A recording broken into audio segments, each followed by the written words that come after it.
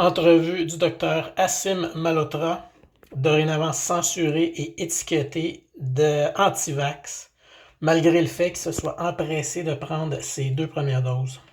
Now, on top of that, Lewessa, one of the reasons I think this has come into the news just now is obviously there's been a big concern recently around excess deaths. Now, the British Heart Foundation said certainly during the pandemic or since the pandemic, there's been 30,000 excess deaths specifically due to coronary artery disease. That's my area of expertise. And they're trying to figure out what's causing it.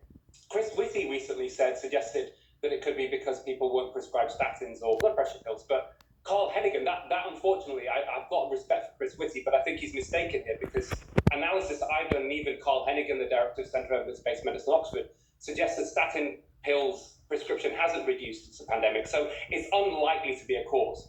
But what is almost certainly, and if you allow me to say this, Lewessa, what my own research has found, and this is something that is probably a likely contributing factor, is that the COVID mRNA vaccines do carry a cardiovascular risk. And I've actually called for the suspension of this pending an inquiry because there's a lot of uncertainty at the moment about what's causing the excess deaths. Some of it will be ambulance delays. My own father, who was reported on BBC News in late 2021, I was the first to actually highlight the ambulance delays because my own father suffered a cardiac arrest at home and the ambulance took 30 minutes. And when his post-mortem came out, he had very severe coronary artery disease, which is unexplainable. I then published in a peer-reviewed journal. They accepted my findings that the likely cause of his death was 2 doses of the Pfizer mRNA vaccine he had 6 months earlier. So I think there's lots of...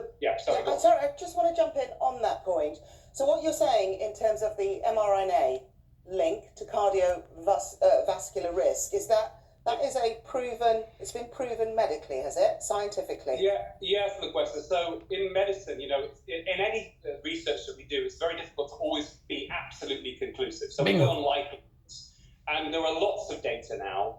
The highest quality data is what we call randomized controlled trial evidence. So there was a reanalysis in the journal Vaccine published recently where they found that the original trials of Pfizer and Moderna with mRNA vaccines showed, and I just want to put this in absolute terms because we don't want to scare people unnecessarily, but the absolute risk of serious adverse events was at least 1 in 800.